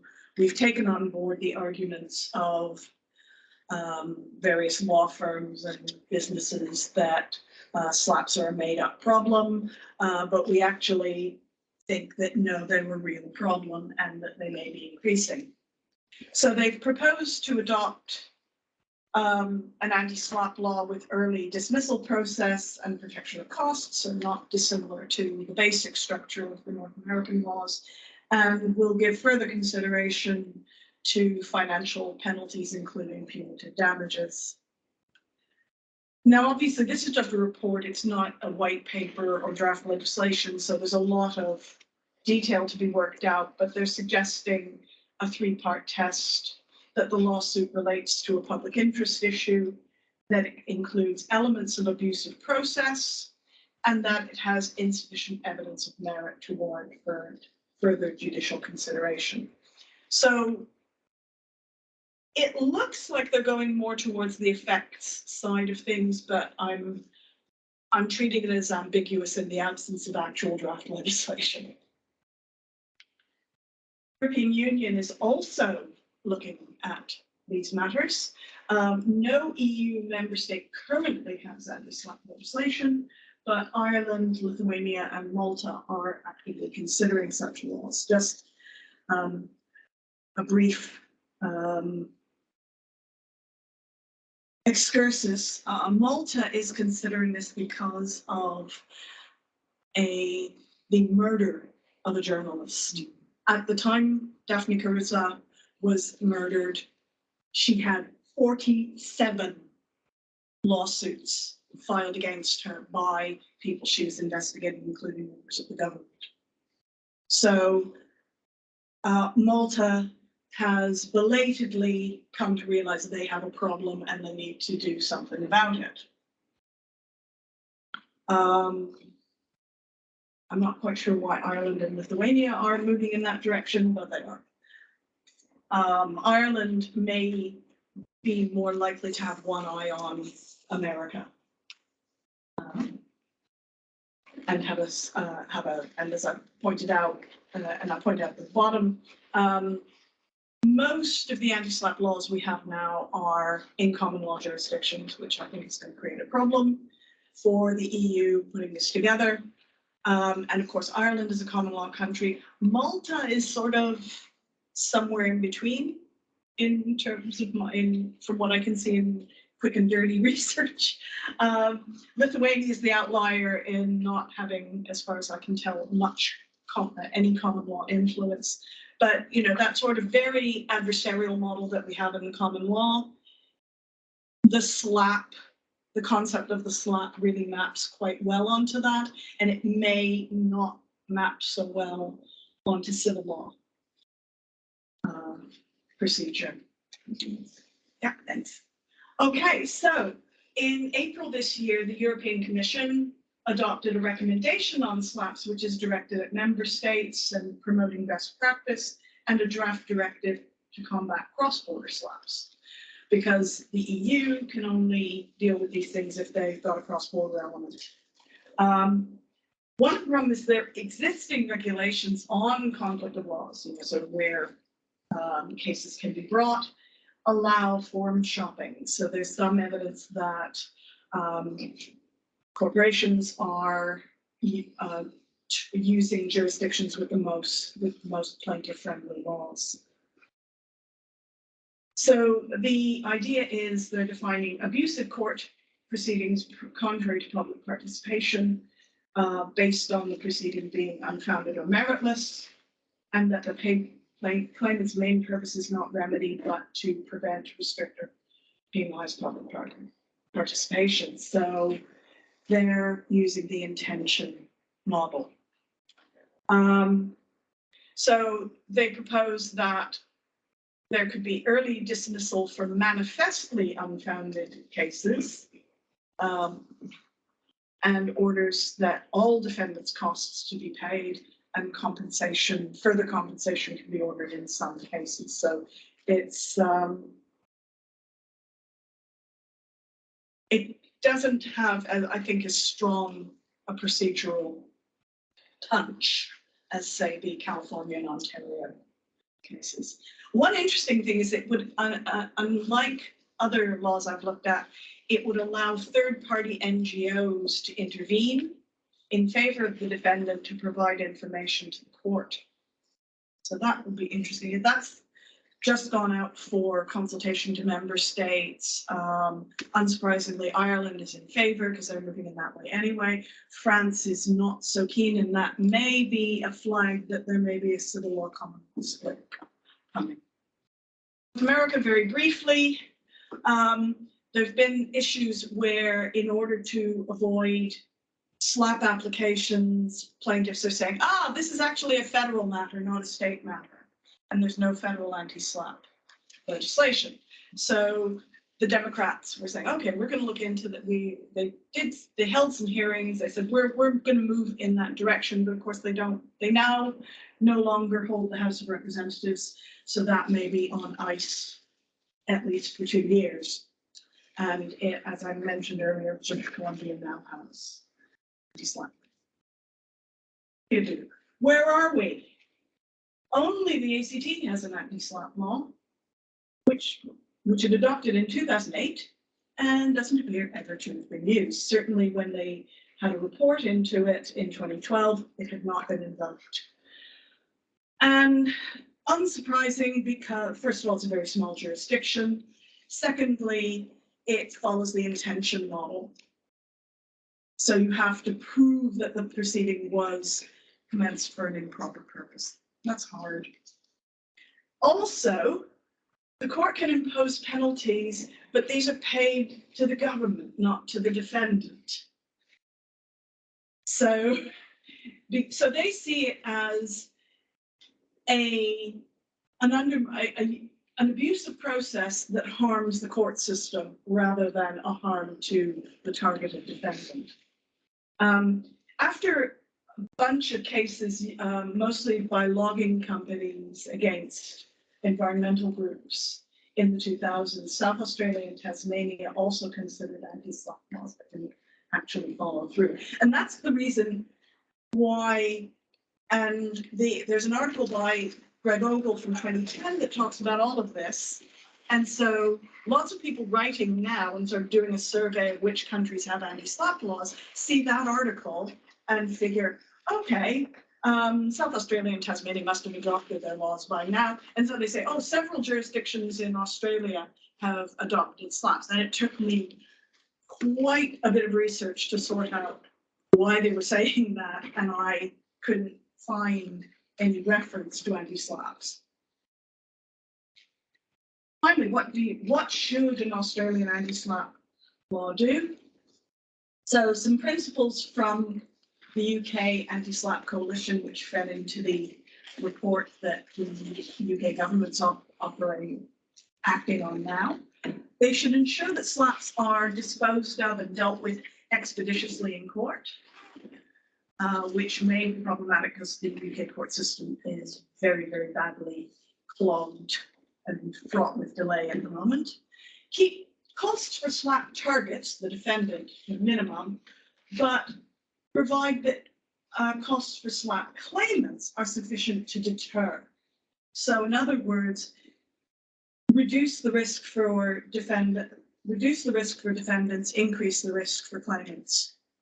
And after everything I've shown you, you will be unsurprised to see that I would argue that an anti-SLAP law should be based on the effect on the defendant rather than the intention of the claimant, and include a reversal of the burden of proof that the case is meritorious despite the impact on public participation. And I will say now, thank you for your attention. And like all the cool kids, I'm on Mastodon as well as Twitter. Thank you very much indeed, Holly. We're going to move straight on to our second presentation and have questions at the end. So I invite Alex Williamson to come up and talk to us about disclosures of charities, a spoken review of the literature. And we might just get Alex's slides set up. So you've probably got a minute just to catch your breaths while we get the slides. I'm not going to we'll see.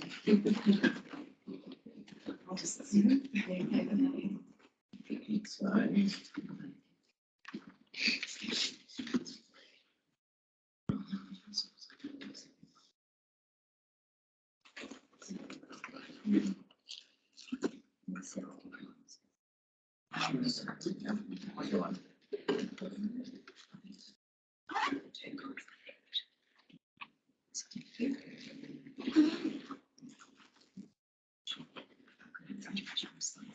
you. Yes.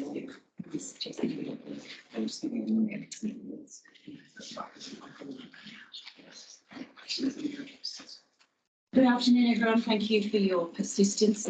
We're all still here. It's 3 o'clock in the afternoon. Perth time, it's 5 o'clock Brisbane time, and maybe later than that for some others from New Zealand and points to the east. So I'm Alex Williamson. I'm from the Centre for Philanthropy and Non-Profit Studies at QUT.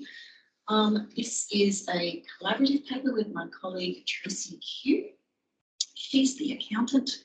I'm the non-profit person. So we came together to work on this paper. It is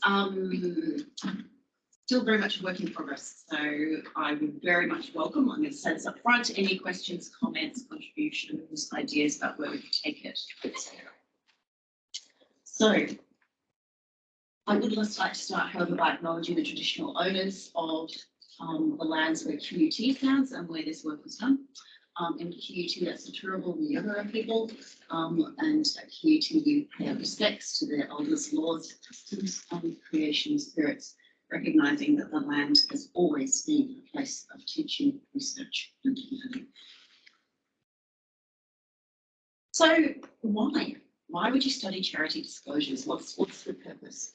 And I think for me, the key is those few last words in the first dot point there, that there's this idea of making information available to the interested public, recognising that charities have a public benefit purpose and that some parts of their income derive from public funding. And for charities, I think the idea of a disclosure sits very much within a web, if you like, of these ideas of power and legitimacy and accountability and trust and knowledge. And that links them very much with both their donors, but also with their beneficiaries. And so what we wanted to do with this paper was, it was kind of almost a backward step for us, because we started thinking about a research project looking at charity disclosures in terms of some empirical work.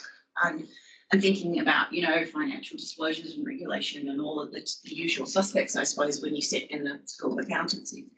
But then we went, well, hang on, let's pull back a bit and take a broader view and try to sort of think about what we actually know already about disclosures in the sense of what they achieve for charities. So we started, as you do, with literature. Now, the review that we've done here is what's called a scoping review. And we used a very basic framework, the classic what, why, to whom, or for whom, when, and how. But for each of these research questions, we were interested in both regulatory and voluntary disclosures, as well as the involuntary ones. And I think most of the literature focuses very much on what is mandated, what the charity must disclose, and what they do in a sense that is involuntary. You can also think about it in terms of sort of internally generated disclosures within an organisation and externally generated disclosures, so those that are made by other parties about the charities. So we ended up with kind of like a 2x5 framework that we used. Now, a scoping review was what we chose to do here. And it's a little different from a systematic review. So a systematic review of literature, you would typically say, okay, we're going to look in either a single journal or journals in a particular field of research code, or you're going to look at a period of time and look at changes over time in disclosure, in literature and publications. So they tend to be quite focused when you're doing a systematic review, and they also tend to make some kind of judgment about the assessment of the quality. So you might say, I'm only going to look in highly ranked journals, or I'm only going to look at empirical research, or there's generally some kind of assessment that's included in there. But we didn't want to do that initially, because we thought, no, we want the landscape view here. We want to know what's going on in terms of the broadest possible picture. And the nature of the scoping review, therefore, does actually involve an exercise of judgment, and that is very open within this. We included the papers of the research that we thought were interesting, that was at the boundaries which mapped that scope and the domain, if you like. And I think that when you do a systematic review, there's this idea that you're being dispassionate and you determine in advance the boundaries of your review and you merely apply them. There's no, it's quite binary, you're interactive.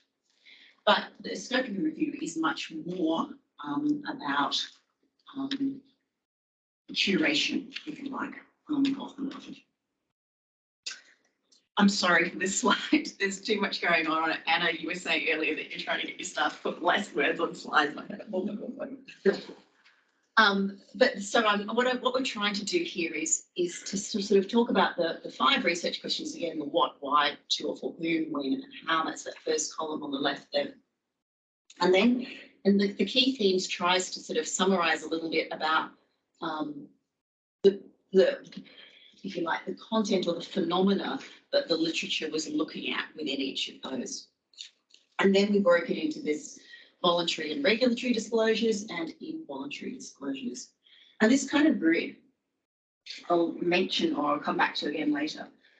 But part of what we did when we were looking through the literature was to try and sort of say, this paper goes here, or this paper goes here. So it was almost like a sort of a throwing darts at a target board and trying to sort of give ourselves a bit of a sense of where the hotspots were and where there really wasn't much going on in this grid. And I think some of the interesting things were the extent to which the literature focuses on this column, the regulatory and the voluntary, and not so much on this column. And I'll come back to that shortly. So yes, there were interesting findings. There were also interesting non-findings or interesting absences, if you like. As I just flagged, there was scant research about involuntary disclosures. And here I want to acknowledge that that's a pretty, in some ways, simplistic division between voluntary, regulatory and involuntary. There can be interaction, obviously, between those things. There can be a bit of a grey zone in the middle. So where a disclosure might be termed voluntary, but it was, so we say, encouraged by an outside body. Or you could say that there was a disclosure that might appear to be made by something external to an organisation, but in fact it was kind of like an advertorial for a charity that they provided the information and handed it over to somebody else and then kind of appeared to be an external disclosure. So yes, it's a simplistic division between those two. There is a grey zone in the middle. The how of voluntary disclosures was underexplored in as much as that that was where there was a real focus on, you know, disclosures in text form, disclosures about financial information, disclosures through accounting and regulatory reporting. So there was a huge focus on that, and not so much about disclosures in other ways that they were made. For example, there's some emergent literature around charity disclosures through the use of images and photos, particularly in annual reports, and what message, if you like, or what information the charity is trying to disclose through the choice of those images. That's one way. There's also increasing disclosure by charities on websites through the use of little mini clips, little video clips, for example. So there's a whole world of how beyond financial text-based documentary disclosures. And I think the when question of disclosure there is also that's a really interesting and underexplored element. We tend to think of disclosure as kind of being punctual, you know, it's due, so you provide it. And yet there are whole other understandings of the times when something might be disclosed or indeed redisclosed that come into this. And a classic example of this is where a societal expectation changes over decades about what information is pertinent to something, and where something that at the time when the event occurred was sort of boring and not disclosable, if you like, becomes with the passage of time something that is actually worth paying attention to. So there's a whole temporal dimension to disclosure that's really missed in the literature. It tends to be based on, have you submitted your report in time. Again, this idea of disclosures being done in text form, and I think there's a whole element around people making speeches, particularly now on social media, recording their personal views about a charity or an organisation, or their frustrations with it, or recording thanks to it. So particularly with online disclosures there, I think there's a lot of work to be done. Another topic that we thought was an absence was this idea of equity of disclosures, and that just because information is provided by a charity does not in fact mean that stakeholders can access it, and that there are questions there around understanding, particularly in terms of financial disclosures, but also sort of access to the internet, ability to build the knowledge and the skills to go and look at an ACNC data cube. These things I think we as researchers tend to take for granted, that people can do this and have the skill set, and that's not necessarily the case. Obviously, there are questions too about the veracity of disclosures and the completeness. So it's not necessarily that a charity is being fraudulent or that their intention is not to fully disclose. But for a classic example of this is where the charity's disclosures are about the charity and not, for example, about its beneficiaries and therefore its impact. And of course, there is the question too of non-disclosure. So this idea of you might, as a charity or as an organisation, choose not to disclose where it's not mandated, it's not regulatory required, because there's a cost. Disclosure requires resources, and as was discussed this morning, you may choose to put those resources elsewhere and not disclose, because you could, instead of doing that, you could do something else. There are questions sometimes around privacy for charities, and there are of course questions around risk, that disclosure may in fact be a governance issue for a charity, and that it may be about what's deemed an acceptable level by the board. So we thought about what the review contributes, and here we thought, a lot of research where they talk about disclosure, they don't take the words in an academic journal article, but the space, I suppose, to actually really clearly define what they mean by disclosure and where their jigsaw puzzle piece of disclosure fits within a much larger understanding of what disclosure is. So there's insufficient detail, insufficient nuance. The focus is too narrow and it's, there's not that idea of pulling back and looking at the bigger picture. So what we kind of want to achieve with this paper, and as I said, it's still very much in development, is to be able to enable researchers to sort of say, our research sits here on that big table that I before. So you can say, yes, our piece of research is here, but it makes it much easier to say, okay, but we're not looking at this, or we're not looking at this, or it doesn't fit with this. So we hope that the paper will eventually, if it gets just serve to sort of broaden the view and also to encourage people to think much more clearly about what their contribution of their work is. We certainly found wide gaps. As I just said before, that the focus really is on the regulatory and voluntary, the financial stuff, and that we do clearly need more research around, in particular, the involuntary disclosures, the timing, that question of when moving far beyond this annual reporting cycle, non-disclosure, non-written disclosures, and this idea of equity in disclosure. Limitations, I mentioned this earlier in terms of scoping studies, that there is no attempt made to appraise the quality of evidence. So in looking at the review, the process, we didn't try to say this paper is better than this paper. This paper makes a greater contribution, the quality of the research and the evidence is better. That wasn't part of what we tried to do. So as I said, it was a landscape view, and we were looking deliberately for what we, matter of exercise of judgment, found interesting and at the borders, if you like. So it was really trying to curate rather than sort of say the weight of evidence sits here. The next point is one that I found was actually really interesting, and in part because my co-author speaks and reads academic articles in Chinese as well. And so in this process of discussing disclosures, we often stumbled across this thing where my understanding of the concept was slightly different to hers. Not hugely different, but just enough. And I think that actually limits the review process. I think this is true of most reviews. And in its simplest form is that you kind of use some key search terms that are different from the key search terms that somebody else might have used.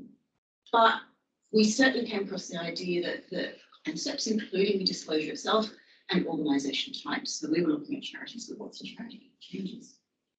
And so from different countries, different perspectives, that changed. So obviously within our study, there's a bias towards English language, there's a bias towards Western countries, and there's a little bit of a bias towards charities.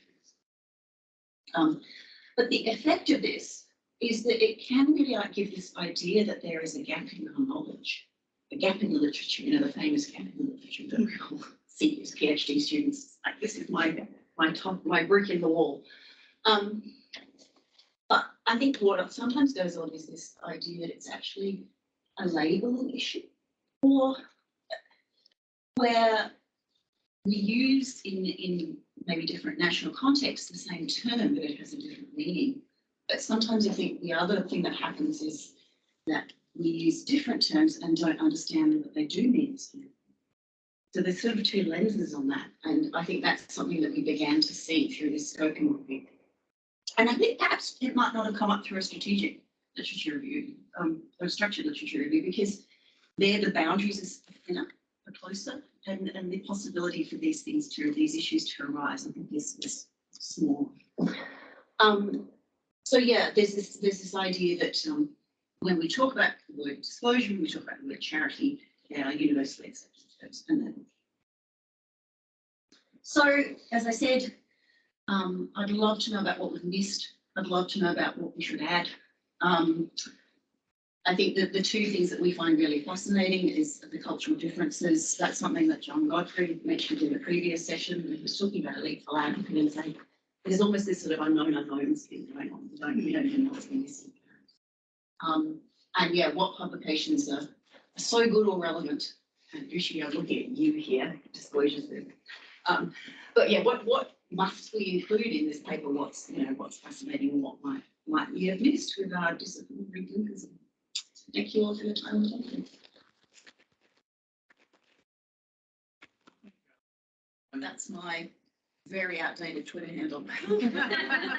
No Mastodon yet. I'm holding fire. Well, our presenters have done well because we've got a bit of time for questions now. So, does anyone have a question? Linda. So Alex, what did you mean by involuntary disclosures? Is that?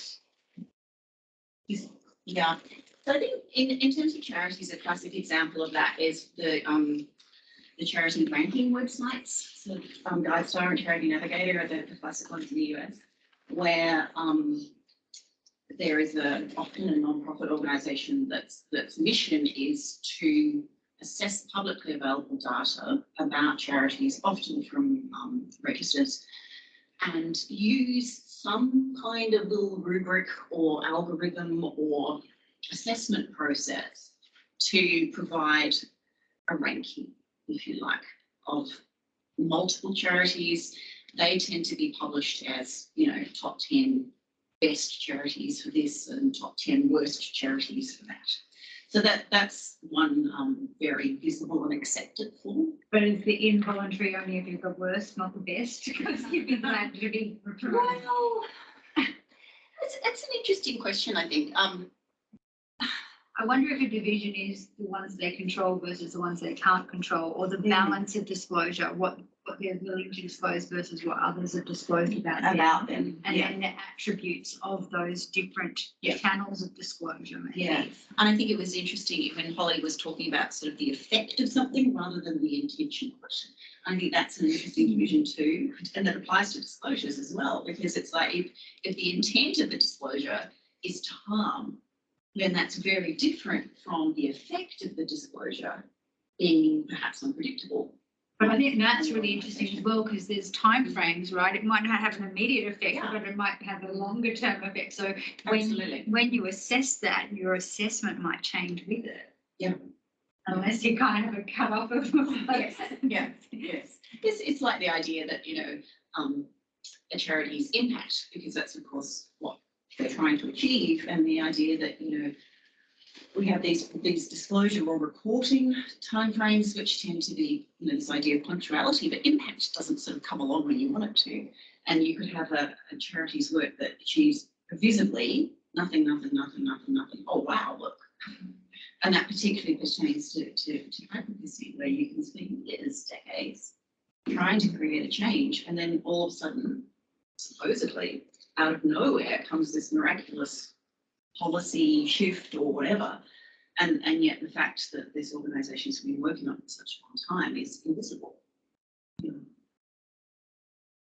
Yeah, I mean that was a good question, because I was sort of thinking regulatory and voluntary together. Yeah, is interesting. It is, and we really thought about splitting it three ways and going regulatory, what you have to do, voluntary, what you choose to do beyond the regulatory, and then involuntary, which is done about you. But then we sort of framed it around internal, external. So what information, the origin of the information, if you like. But as I say, it's always going to be grey, because even those regular rankings websites are using information that is disclosed by the charity. I think one other one that I find really interesting is this idea where beneficiaries disclose about the charity's impact without the charity's knowledge, full knowledge or permission. And I think that's often through photographs. You know, this is the charity's image of what they're doing. This is the beneficiary's real-time image of what's happening, and there can be, you know, positive or negative differences between them. I think there should be a question for Holly. Yeah. Hi. One of the things that always occurs to me in relation to these things is at what point is the use of whatever the legislation is against an internal whistleblower different to an advocate, someone outside against the organisation? Does that make sense to you? It can be against an internal whistleblower. You could imagine employment law being. Yes, yes, but you know, sort of the examples that tend to be, we do see examples of internal whistleblowers being, Schroeder Turk at Murdoch. Yeah, which is. Yeah, well, I'm partly from Murdoch as well. I have a foot in two camps. So yes, and I think, because it was interesting, at lunchtime I was talking with Ian about the paper, and we were thinking about, and he asked me about, well, what might be openings for getting this kind of law reform considered. And one, of course, is the Council of Attorneys General looking at defamation at the moment, and there's some things already that are kind of on the edge of it. But another way would be looking at would be through whistleblower legislation, and of course one of the things we saw with Gert was that the whistleblower legislation wasn't very good. But yes, that's whistleblower legislation is to some extent trying to do the same thing in that it's trying to protect people against negative consequences of advocacy. So yes, I think that one thing I didn't have time to go into is the range of legal actions that can fall under this broad idea of a strategic lawsuit against public participation. And so we tend to think a lot of the ones we know about are defamation ones, particularly in the UK, particularly the ones against journalists, and not surprisingly, journalists report against on the cases against them, so they are often the ones we know about. Shane Bouncy was defamation. AGL, it was intellectual property law. It was, oh, you're misusing our trademarks and our copyright logos. And Ben Penning's, it's trespass, inducing breach of contract. And actually that touches on whistleblower, because one of the allegations is that he has induced Adani employees to leak information to him. So what that's based on, I have no idea, because some of these, that case, Charlie Hospital, please don't quote me on this. The Adani case seems to be a classic one of it's difficult to see where the merit of the case is, because it just sounds like they're throwing everything at him and without any expectation that they're ever going to get any money, other than possibly at some point being able to seize his house, and that may just be for costs. So long story short, too late. You could imagine slaps including employment law, non-disclosure agreements, as well as the kinds of things we've seen in terms of trespass, defamation, induced breach of contract, that kind of thing. So there is an overlap with whistleblower legislation, and as I said, I think that might be one way that we can open up the conversation about law reform that includes anti-slaps, because nobody's talking about it here except me. In terms of the law. Other questions for our panelists? I've got another question, even though that feels like I'm hogging Oh, no. space. Alex, one of the things, and this might be something more generally for ANZTSR, one of the things that I have discovered a lot when I've been doing systematic reviews and even scoping reviews is that third sector review is really only indexed in Informant, I think it is, and doesn't appear in too many other places. So in terms of the databases that you've looked at on your broad casting your broad net, did you find that sort of pattern as well? Perhaps not just in relation to TSR, but did you have to go to a wide range of databases to find what you're looking for? We certainly started with a wide range, absolutely, because we didn't want to constrain anything at the outset, which of course, you know, how long is a piece of string? You get go down so many rabbit holes and things. Yes, I think it would be fair to say that our focus tended more to the sense of disclosure as a form of accountability, purely because that's our background as researchers, and perhaps that's something we should acknowledge. So it might have restricted which databases you. Yeah, I'd love to say it didn't, but it probably did, you know. I think, you know, we're all human and we have biases and we don't even understand or see them a lot of the time. So yes, we certainly did look in thought. And I always have a particular fondness for going hunting PhD theses as well, just because. So I would best describe, I suppose, what we did as eclectic. We started out by both researchers doing it, and then started trying to sort of see where we converged. And that was an interesting. I didn't talk about that at all, but that was actually quite an interesting process. As I said, my colleague, you know, she and I came to this with quite different lenses, and I think it was. I mean, I really wish she was in the room because she would have a different perspective on this. But she said she kept on being taken aback by the fact we kept on adding bits to this review. So her perspective was, you know, disclosure. And then we just kept on adding all of these pieces to the puzzle. And I think that's part of my my question to the room really is, if we put in other voices, what other pieces were we adding again beyond that? I don't think I've really answered your question yet. No, but I guess in the sense of you describing what process you went through, then that is an issue that anybody doing a systematic scoping, interpreting whatever other Of the 27 different actually needs to bear in mind, and it's partly the way we report it, so it can be complicated. Yes, yeah. So it wasn't in my presentation today, but it absolutely is in the papers. But I was sort of building on Megan's question. One thing I have to sort of you're talking about disclosure, I think, and when outside of a charity context, continuous disclosure obligations for listed companies are sort of some of the most productive or regulated tools that you can use, because you're either failing to disclose or you're disclosing in a misleading way because you don't want to fail to disclose. So it's sort of interesting sort of how that might have sort of come up in what you were looking at. You know, maybe we don't have the same disclosure obligations. And I think there is the idea of disclosure of kind of like throwing dust into the air to obscure that it's not wrong, but is used as almost a diversionary or a blind tactic as well. So I think that's something that we haven't really picked up on. But I think if I'm looking maybe in different bodies of literature, I might find that. Yeah.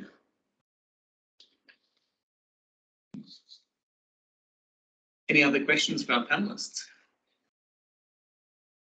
No? Well, perhaps if you can join me in thanking Alex and Holly very much.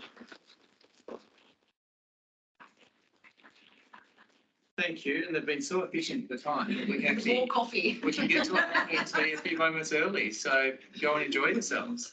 Yeah. Yeah.